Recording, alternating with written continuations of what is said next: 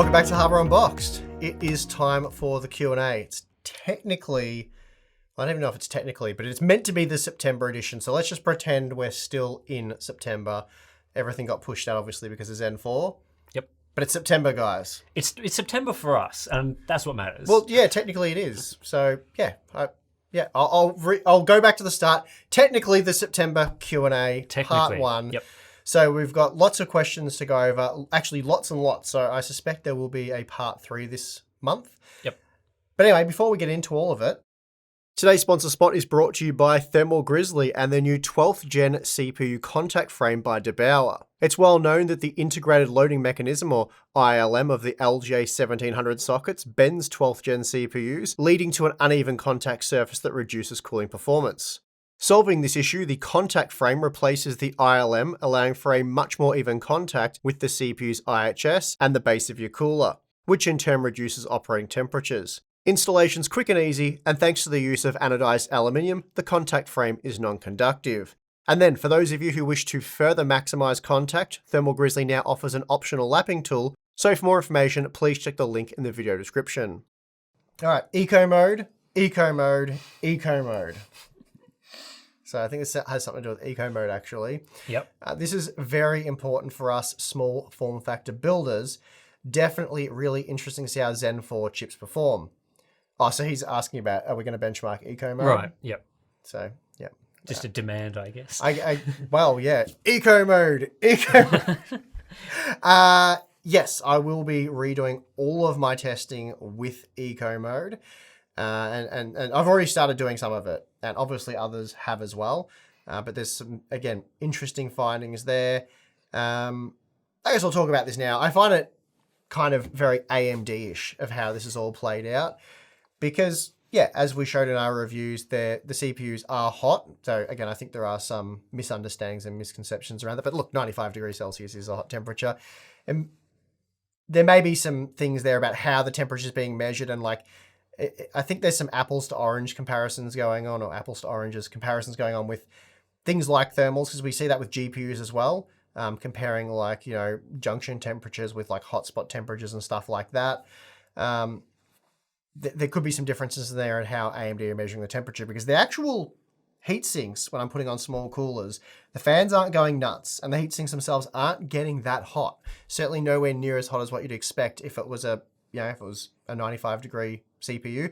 Obviously, there's other issues there with how thermally efficient the IHS is and whatever compounds they're using there, which I think is creating a thermal bottleneck, which is why the CPUs are running hot. So there's a lot of things to discuss there.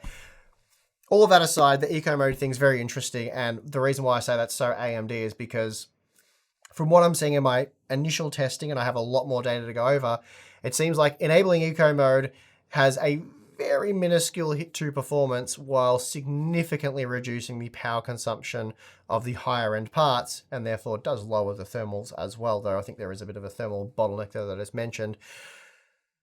So why the hell did AMD not promote to reviewers how flexible Zen 4 is? That, you know, if you want screaming fast performance and you want to go into the point of diminishing returns and have sort of an overclocking feature, then that's, I guess, what they offer out of the box by default.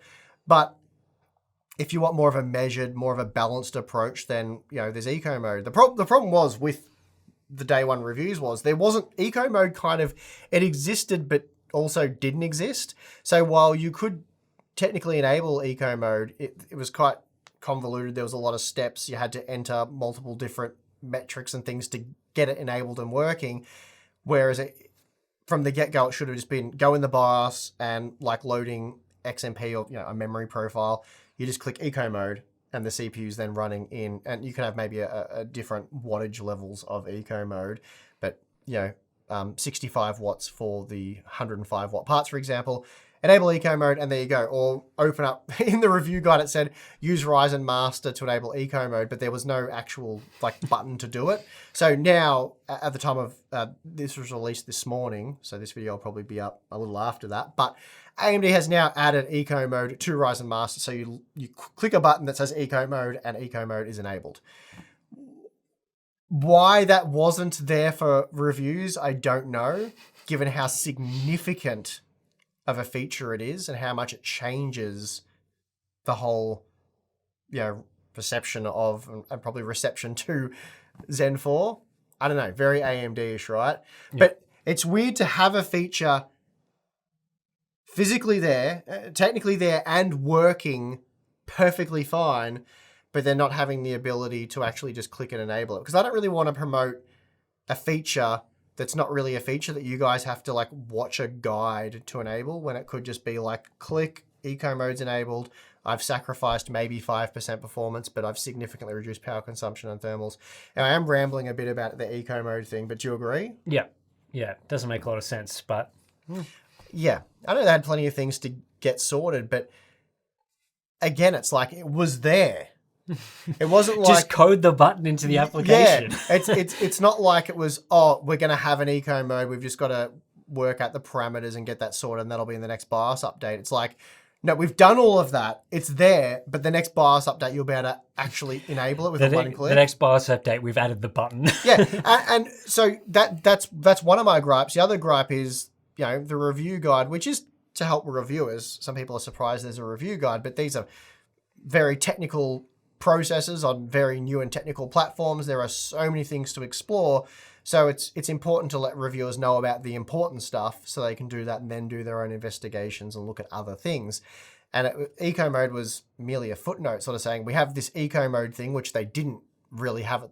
It wasn't a feature at the moment because there was no one-click option to enable it. We've sort of got it. You may want to explore that. I'm like, I'm sorry. If it reduces performance by 5%, but significantly reduces thermals and power, that's not something you may want to look at. You definitely want to look at that. So I will be definitely looking at that. I'm just a bit miffed as to how AMD went about all of that. But anyway. All right. Next question. 2 questions in one here, both very similar. Okay. And it could be a long answer. Should reviewers call the RTX 4080 12GB the 4070 instead? And also, is the 4080 12GB a 4070 really? Hang on a sec. Around the announcement... Get into this. Let's go, Tim. Around the announcement of RTX 40 series, this was obviously a big talking point, was this 4080 12GB card, which is named terribly. Like, it's a terribly named product. Shouldn't have the same name as the 4080. I covered that in the announcement. The question is, should it be named the 4070? Well, I assume Nvidia will be producing a 4070. Yes. So... Which doesn't change anything, but go on. Doesn't change anything, but, I think if you're talking about in reviews, should reviewers be renaming this product in reviews? Yeah, you can't do it, unfortunately.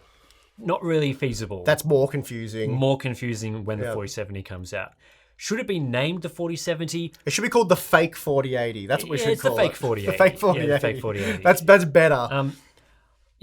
With these naming things, I'm sort of in two minds about it. And I sort of talked again about this in the announcement, was that it shouldn't be called a 4080, but it doesn't matter whether it's what it's called otherwise, as long as it's not misleading customers. I suppose what you're saying is when we compare Radeon GPUs, for some reason, there are some people that get really, really hung up on the fact that like a 7 series product from, the Radeon category can't be compared against whatever the 8 type or 80 type category is from the other camp, or vice versa. They have to be like, the 6700 XT for some reason has to be compared to the 3070, no exception. And it's the same across generations. People think the 3070 has to be compared to the 2070, which has to be compared to the 1070. Yeah. And the same thing here with this is that, because it's called the 4080 12GB, it has to be compared to the 3080, which then has to be, which I don't agree with at all. You're allowing yourself to get manipulated by the marketing there. So we should either be focused on, if you're going to focus on one thing, performance or the price, or ideally price to performance. Yeah.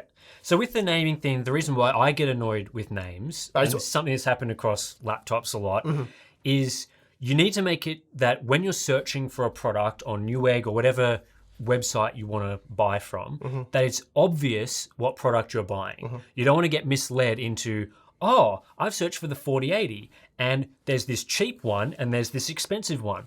why buy the expensive one when there's the cheap one? I'll buy the cheap one. Oh, it turns out it performs way worse. That's bad. You don't want that happening. Yeah. You don't want consumers being misled. And when you look at product listings on Newegg, you can use the 3080 as an example because there's a 10 gigabyte and a 12 gigabyte version, and there's the TI model as well. Because the lengths of the names that these companies use, so it'll be like, it could be gigabyte, RTX 3080, gaming, whatever, 10G, blah, blah, blah, blah, blah, right? The stuff that they add at the end can often get hidden quite easily. So it needs to be very obvious when you're searching what product you're getting. Not to mention the thing at the end doesn't mean anything other than memory capacity. Yeah, so, and again, that's an issue because the 12 gig card isn't just the 16 gig card with 12 gig of memory. It's the 16 gig card with a completely different GPU die. I was going to say, the die is a completely different die. Yeah. So it's a 4070 die. So that's where I have issues with these things, that the ideal way for consumers to buy products is when the naming is very, very clear. And there's certainly no shortage of numbers that can be used to name these cards. It's not like they're going to be like, oh, well, we've got a 4090 and a 4080 and a 4070. We've run out of numbers. They've done the best they could with the numbers available. Oops, no more numbers left. It's like the previous generation didn't even go below 50. So they had the 4, 3, 2, and the 1, and the 0 not even used.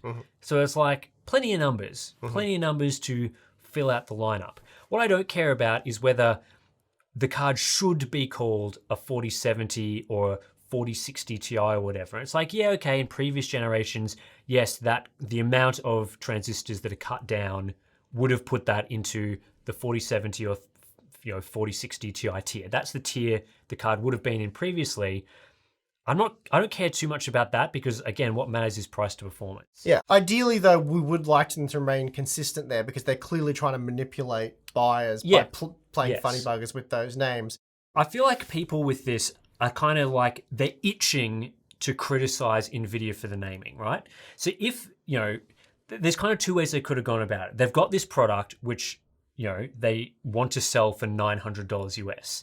So the two ways that they've decided the one way, which is name it the same as another product or very similar to another product, move it up a tier in naming, or call it the previous gen name, but then the price is so much more expensive.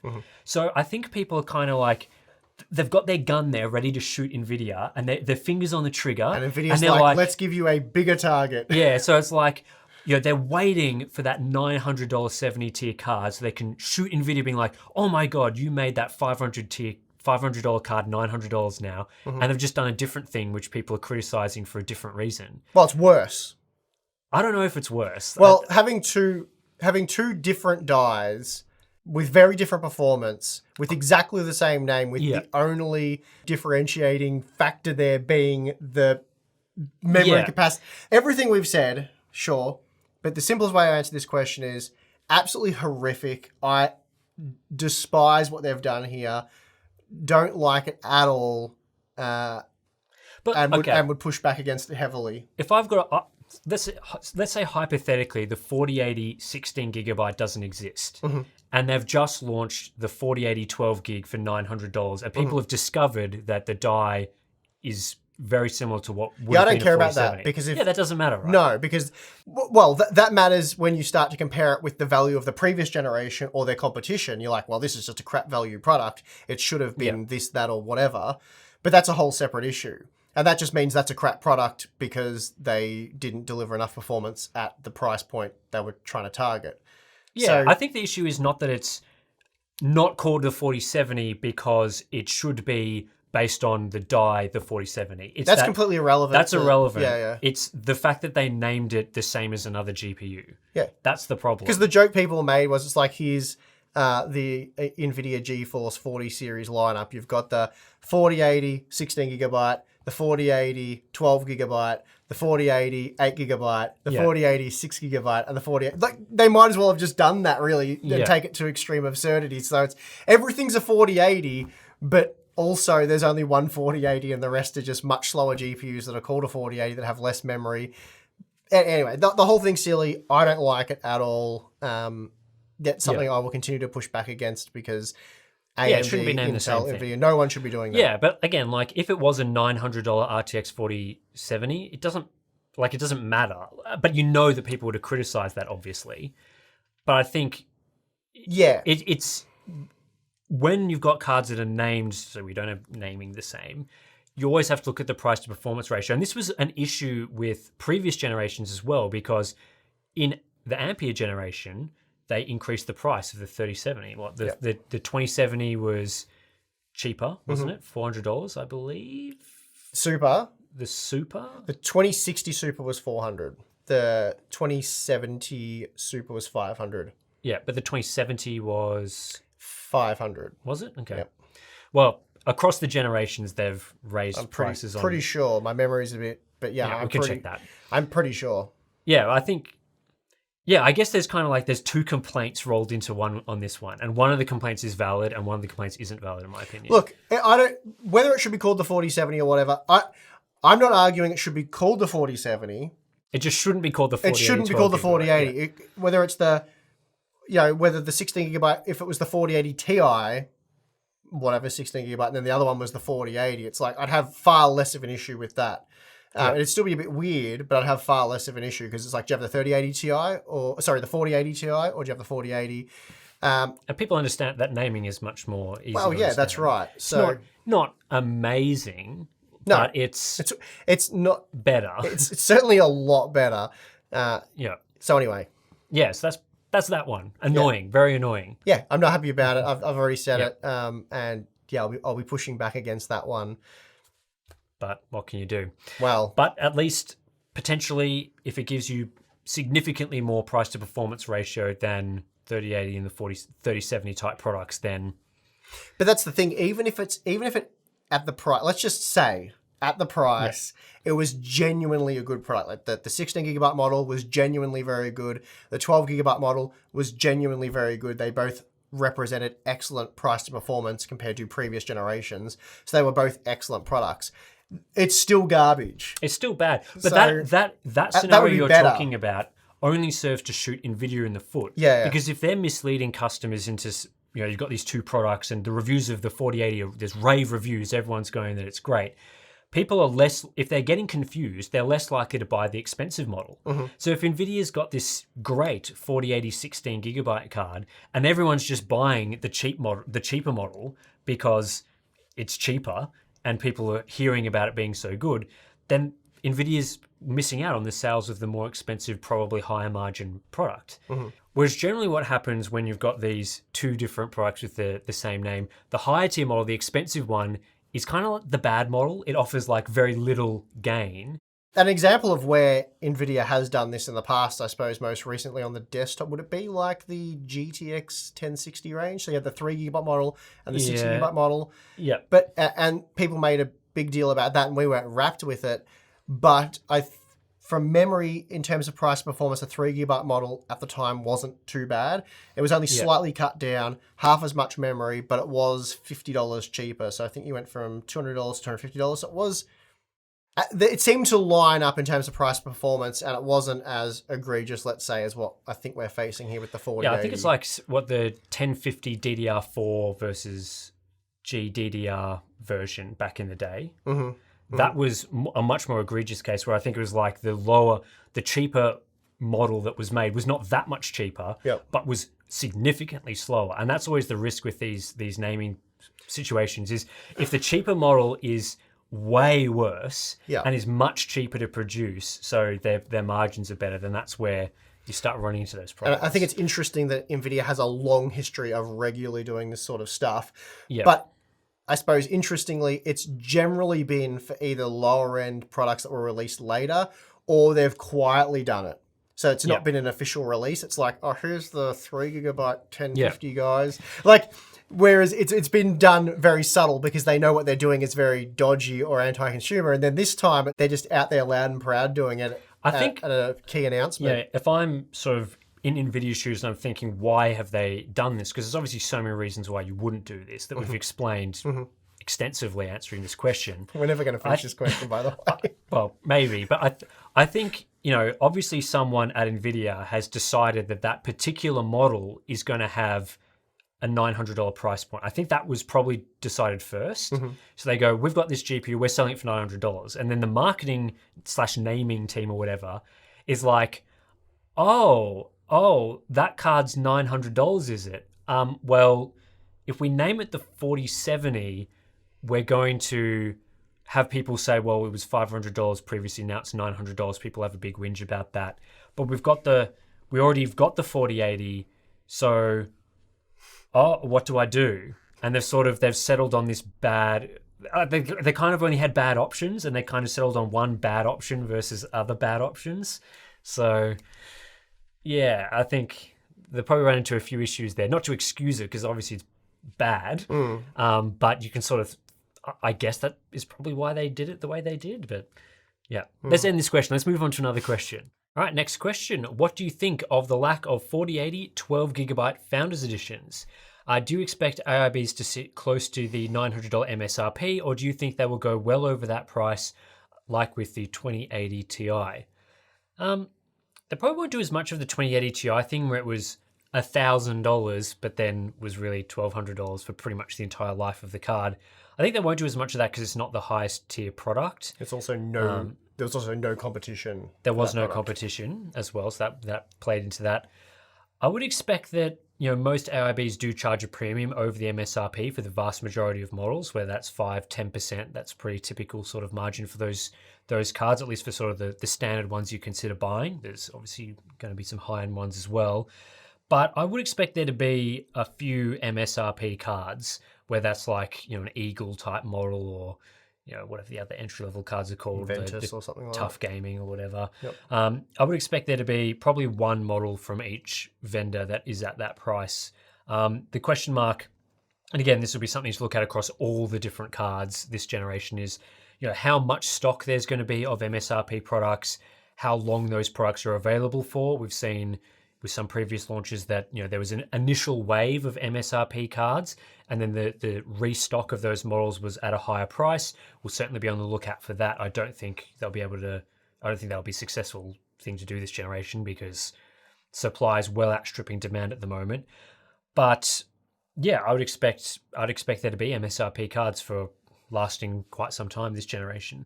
So what's your read on them not offering the Founders Edition model for the 12GB fake 4080?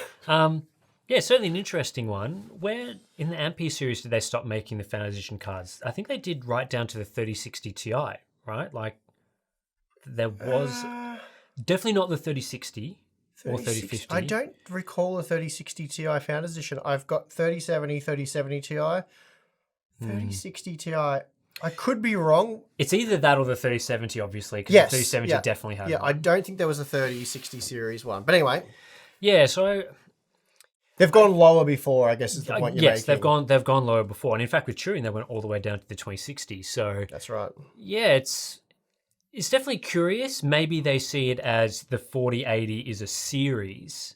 So they've got two cards in the series. I'm sure they'd like to see it that way. So maybe you have the Founders Edition only for the highest. The premium 4080 gets the Founders Edition, and then the rest is covered by AIBs, because it is supposed to be you're a founder. You're buying the early version or whatever, the as Nvidia intended it version, and maybe they intend the 4080 to be the 16 gig card. Again, I'm sort of trying to justify why they would do it. So let me spitball a bit here and ask you a few questions. Yeah. Do you think they're not offering a Founders Edition because they want to avoid sort of day one reviews of the Nvidia specific 12GB 4080 that may not be well received for reasons we've discussed? Oh, it's like you think they're going to trying to palm the negative reaction onto the AIBs. That would be a pretty silly reason, I think. I don't think that would work. Okay. Like, so I reckon if there's a 4080 12 gig review, most of the blame would still go to Nvidia, wouldn't it?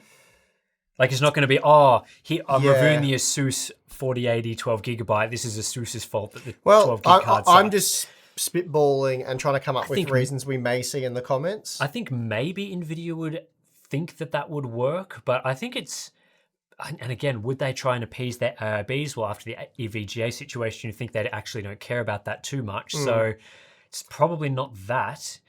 I guess maybe there's just yeah, they must be just trying to focus on Founders Edition cards for the other models. Well, it'll be interesting to see if we get other Founders Edition models further down the product stack.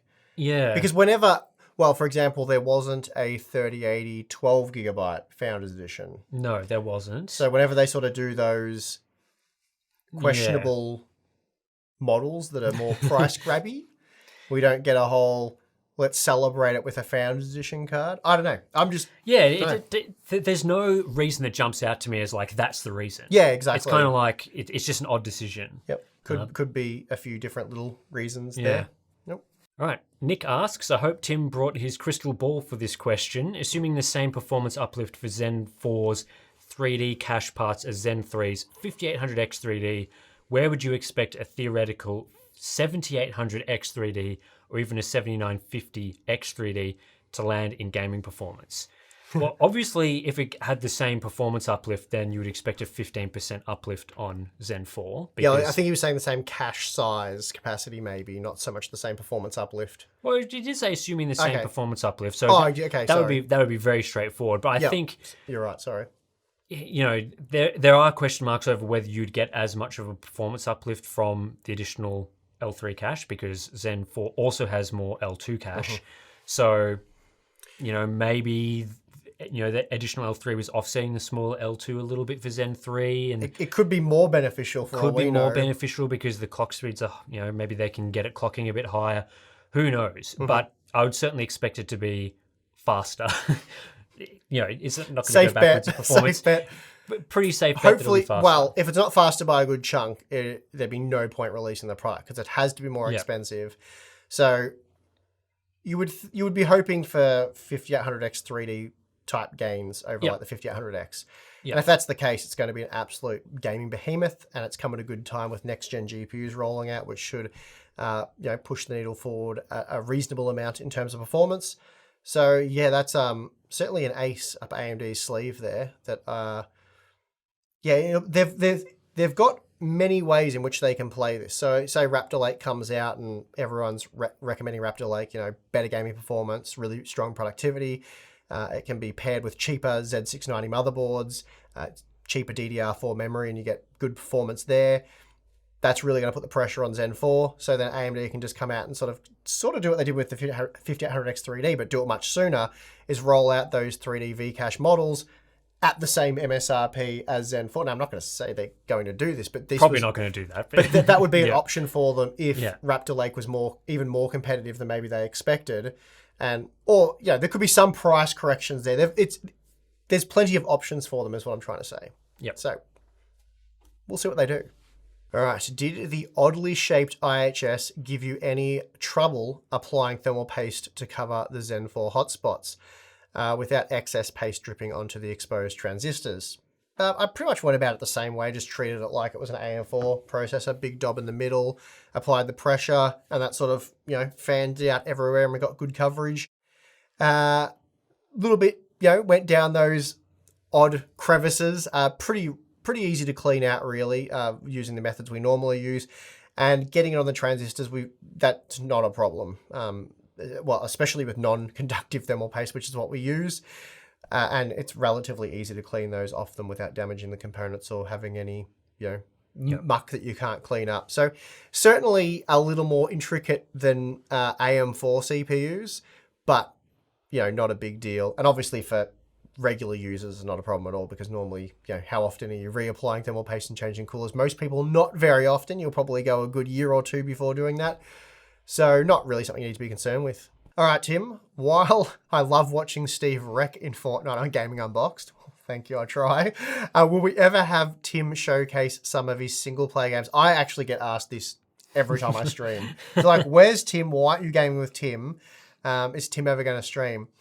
In addition, thoughts on game reviews / bringing back the game optimization settings. I love your content and keep up the great work. Well, we'll never do game reviews.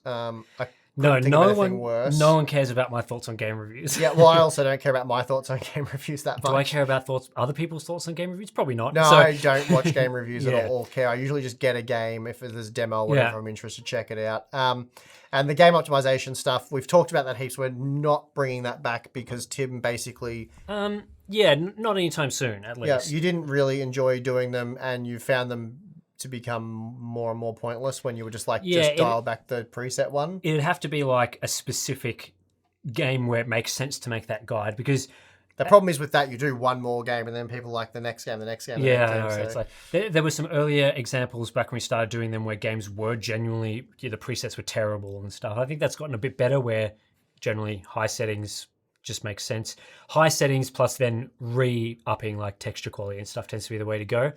As for game streaming, it's not something I'm super interested in doing personally. I just you like to just relax and enjoy. yeah, I enjoy just doing the games by myself, but also a lot of people who enjoy streaming also enjoy watching streams. I don't particularly enjoy watching game streams either, so it's kind of I think it's more a multiplayer thing because you yeah. like honestly, talked about Fortnite. I do love playing Fortnite, but I like playing it with my mates. Like if none of my mates played it, I wouldn't really play it. I wouldn't have got into it as much. I got into it because of my daughter, so I'd still game with her.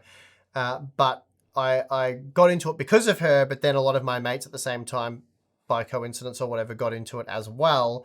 We sort of moved over from Call of Duty and stuff like that, and then got really hooked on the building mechanic and found that extremely difficult. But I don't play it single player. Like the solo mode, I find that terribly boring. And usually when I stream, the only time I play solos is when I'm waiting for the guys to jump online. And generally they're only 20 minutes away. So it's just us chatting and having fun and playing games. So yeah, I couldn't do single player games. No, I'm not going to stream single player games. I mean, I will join in some of your gaming sessions, not Fortnite, but if you do play other games, I might join in at times. Yeah. So I'm not against doing that. I don't think I'll be like streaming my own multiplayer game sessions. You'll just be giving me grief. I'll just give you over grief. Discord.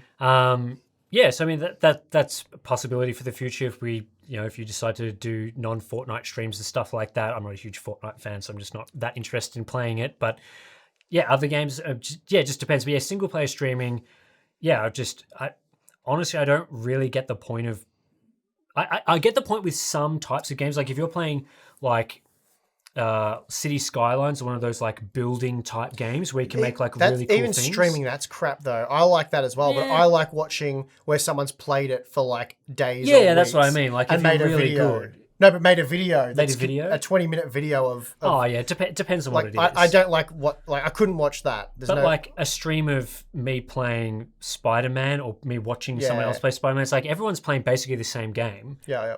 The difference in skill level's not that big between an average person and a really elite For the most streamer part, that's played yeah. the game a lot. I mean, So, I watch it's just not for countless me. hours of streaming content. Often when I'm benchmarking, I'll more often than not watch streaming these days of pro players or oh right, yeah. But- I never ever ever do that. No, so Ever. I do a lot of that, but I never ever watch single player. Yeah. Like, I've never. Yeah, I done just that, don't. So Like I guess some people like the personality type people that are Yeah, no. adding humor or whatever. Let's be honest, I'm not going to be able to do that. So you're better off just watching someone that's really good. yeah. Well, instead of watching me play a single player game, watch someone that's like Either- really good at that. Well, really good at doing that. entertaining at that. 'cause Yeah, I guess that's what I want, entertaining. Yeah. So anyway, so no, and I wouldn't let Tim play with me anyway because he's nowhere near good enough to be in my lobbies. So Well, moving on. All right, any thoughts on comparing Ryzen 7000 performance across a big range of coolers to see how it scales? Yes, I will be doing that for sure. I think I've ordered 20 plus coolers ranging from like little air coolers to medium-sized air coolers to big air coolers to 120mm AOs to... So there'll be a lot of cooler testing coming up. I actually have a little preview video that I'm hoping to get out sometime around these Q&As. But there's plenty of cooler testing to be done, and there's some very interesting findings there, and not just with like eco mode and undervolting, which people have already done videos on, but I think there's a lot of misconceptions and misunderstandings with how these CPUs are actually operating and what goes on there. But yeah, Cool. definitely gonna happen. Have you guys ever delidded processors? Another stream demoed a delidded 7600X, and without changing anything, it ran a full 20 degrees cooler. So that would have been a DeBauer, I believe. I haven't watched the video, but I have heard about it. So apologies, DeBauer. I'll get onto that soon. Something to try, maybe. So yeah, we have. I've used some of DeBauer's tools before to delid, though I haven't done it for a while. We did a video on the 7700K. I know that's getting on now, but delidding since probably that generation got a little bit more sketchy, a little more difficult, and more sort of in the diminishing returns category. I don't know how easy it is to delid AM5. I imagine you want to take a lot of care, and it is quite difficult. But again, I haven't got to DeBauer's video yet, so I don't know what he went through to that. I know DeBauer doesn't mind killing CPUs, so yeah. But it could be something like if DeBauer comes out with a tool to do it, and that could be interesting to look at, see how difficult that is and whether you should do it. But yeah, I've heard that he saw a 20-degree drop without changing anything else. So that's certainly substantial and could be worth looking at if it's not one of the if it's not a sort of Mission Impossible type move to do it. Yeah, well, I think with AM4 or AM5 CPUs, these Zen 4 CPUs, I should have said, the operating temperature that they run at, as you mentioned in your reviews, is designed to be run at. So 95 degrees sounds hot. It's meant to run at 95 degrees. I guess you have to weigh up with delidding, what benefit are you going to get? Does that mean you can run a cheaper cooler on there? Because, instead of having to spend heaps of money to run at 95 degrees with no performance limits, maybe you are running into performance limits, in which case you delid it. You can use your same cooler. I mean, you probably won't be able to because the mounting isn't going to work anymore, but... Should do. But I think the main reason you would delid the CPU is because you want to push it further. Yes. So it's not to save it by running cooler, because I imagine the risks involved with delidding, voiding your warranty, it'd end up probably cheaper in the long run just to buy another CPU. But there is no evidence to suggest that the 95-degree temperature will kill CPUs, despite what you may have heard by some passionate people in the comments there. That is completely unfounded. AMD says they'll work 24/7 at those temperatures. And this isn't new for CPUs, right? You'd be very familiar with high operating temperatures for CPUs for sustained periods of time. Yeah, on laptops for sure. But, it's kind of a tangent, but I get frustrated at people looking at the raw temperature number and saying that something runs hot. Whereas for me, what causes something to run hot is the power output in its wattage. That causes many more issues in terms of There's questions specifically about this, so I don't want to get too into it. We'll leave that for that one. We'll stick to the delidded because we have a lot to say on that, so we'll save that for the questions that ask about it. But yes, I think we agree with that. But yeah, the delidding thing, certainly something we could look at, but it's not really... It's something. It seems like an overclocking type thing. Like it's definitely an overclocking type thing. Yeah, it's like most users are probably not going to be delidding their CPU. Yeah. Which is, we have dabbled in that content from time to time in the past when it's made sense, but generally it's not something we get that into. You're better off looking at the overclocking guys. DeBauer being one, there's BuildZoid. Gamers Nexus gets into that probably more than we do. They like the LN2 stuff and that, having a play with that. That's always entertaining. But anyway, probably enough on that one, so we'll move on to the next question. Following the announcement of the 40 series cards by Nvidia, do you think that 3+/4 slot cards will be normalized in the high-end/enthusiast segments? Well, we've been heading this way for a little while now, haven't we? I mean, the 3090 wasn't exactly a small Founders Edition graphics card, and then we saw many partner cards that were even bigger. So the 3090 Ti was a 450-watt GPU as well. So AIBs have already been dabbling in getting bigger and bigger and bigger. Yeah, as I said, things have been heading this way for years now. So I think for the extreme high-end cards that people seem very interested in, it's going to become the norm. And most gamers don't use those expansion slots anyway. So I guess it's a question of do you want more performance? Yes. Do you want the card to operate quietly? Yes. Well, these days the power has to go up, and if you want it to be quiet, you need to be cooler. So that's where it's heading. Yeah, I don't really have a problem with them.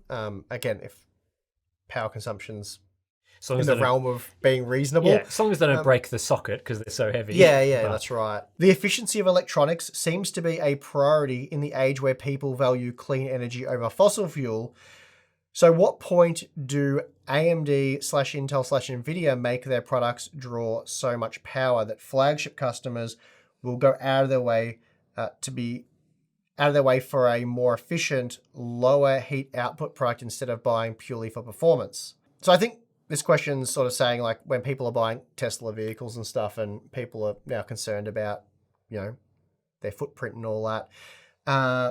Why are we seeing these high-end products be go into these sort of, I suppose, the opposite of the eco mode that is talked about, beyond the point of diminishing returns just for a few extra frames, is how I it's sort of understood that. Why they're doing that, and then like at what point does it get so ridiculous that people sort of go, no, I don't want that anymore, and then buy like a less out of the efficiency window type part. Yeah, well, this is, in my opinion, this has all come about, at least in recent times, as there's been sort of some stagnation, but also AMD really has become more competitive when it comes to CPUs and GPUs. And these brands have realized that Halo products sell products that are further down the food chain, let's say, and also help with mind share and stuff like that. So Nvidia's really in a position now where they're like, we are the premier brand. We are the most dominant force in this market. We have the fastest, best products. And to prove that, here is the fastest, best product. And so they want to maintain that. And then Intel is very much the same position, or at least has been aiming to be, and they're certainly back to that at the moment, where they offer the fastest, best processors. But in order to achieve that against a really competitive competitor, they're now needing to overclock and do what essentially PC enthusiasts have been doing for decades to get that last bit out to actually make that a valid claim. And then as AMD does that, then they do it, and we get to this point where it just becomes this arms race where they're just overclocking to the moon. And that's why we're saying that, winding Zen 4 back 5% has a significant reduction to thermals and power. And they're doing that, as I said, because it's what creates that mind share and has a knock-on effect and sells the SKUs lower down the product stack. And also, people seem to always complain about this, but it's had absolutely zero impact on sales. Like people, for some reason, it's always a talking point. Like their power consumption of parts, thermals, people be like, oh, this is really crazy. And then they just ignore all of that and buy it anyway. Which is why why they keep doing it. Well, it's why AMD is obviously cottoned on and they do that. Like I have criticized them for not promoting eco mode more, which I think, first of all, they should have had that ready, and I think they should have promoted it more. But in their defense, they've seen, Intel go to the moon with power and thermals and all that stuff, and so I think part of it as well is that they're not able to, with current technology, get the flagship best performing product without doing it. Yes. Because if AMD was, let's say Zen 4 wasn't on TSMC 5 nanometer, but it was on 2 nanometer or something, then I'm confident that they'd be able to outperform Intel and Intel's upcoming generation, which is what they had to plan for, without going crazy on power, because it would have been another node gap, and they probably would have been able to do it with a fraction of the power that they're able to now. But the issue is that they can't. If they want that best performing part, they have to do what they're doing to get that level. Whereas in previous years, when there's been Intel's kind of been the dominant player, they didn't need to go as crazy on power because they were already winning. So there was no incentive for them, if they were winning at 90 watts, to create a 200 watt CPU just to win by a little bit more. They're already winning. They had the win. That's it. You can go home. Whereas I think we're not going to see going backwards in terms of efficiency unless that happens again. So unless AMD comes out with some architecture, or Intel comes out with some architecture where they can beat their competitor while consuming less power, then they're not going to go for something like that. And I think to answer the other part of the question, consumers just don't care. Like, they don't care that the CPU uses 240 watts. Apart from complaining about on forums, people still buy. Well, that's right. And AMD has made it very clear that they don't want to be a second-rate competitor. They want maximum margins. Yeah. And by going beyond the point of diminishing returns for those few extra frames to at least, be competitive or on par with flagship Intel products, it would cost them money to not do that. Like, it doesn't cost them money to do that. They can put their CPUs in that premium category and get those big margins. Whereas if eco mode was the peak, then they're a bit slower than Intel, therefore they can't charge quite as much. And that's like 10% slower for 50% less power doesn't sell. No. Whereas 10% more performance for 50% more power definitely sells. Yeah, which they've definitely worked out now. Yeah, and definitely. Nvidia are doing the same thing. They're aware of that. So, yep. Yeah, it's kind of why overclocking's been dead for a while, but there are other ways and other things to do now, as we've seen with Zen 4 and other products. So now I think we've answered that one. Okay, I think we've been going on long enough there for part 1, so we'll hit pause. Lots of great questions. Pretty much a lot of the topics we thought we'd be talking about, but that's good. Hey, it's good to have a lot of new and interesting, exciting things to talk about. I certainly enjoyed it. What about you, Tim?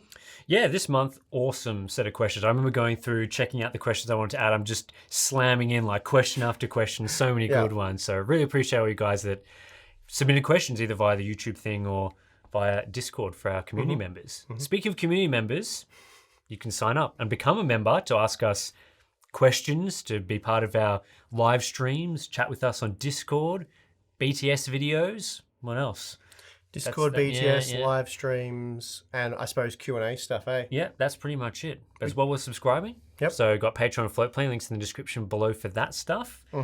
And yeah, that's pretty much it for this one. There'll be a part 2 and probably a part 3 up on the channel in the next coming days. So stay tuned for those and subscribe, like the video, do all that good stuff. And yeah, I'm your host, Tim. I'm your host, Dave. See you next time.